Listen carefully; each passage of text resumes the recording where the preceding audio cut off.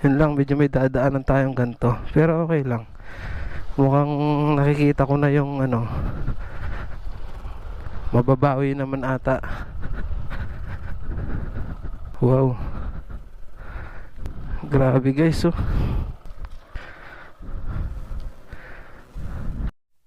Tingnan natin guys. Wow, grabe, napakaganda guys.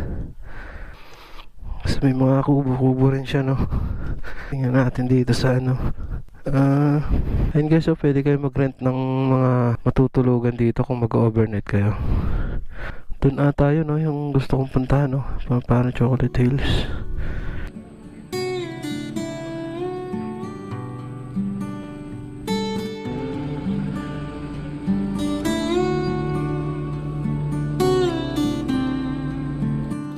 So yun guys, dito lang muna tayo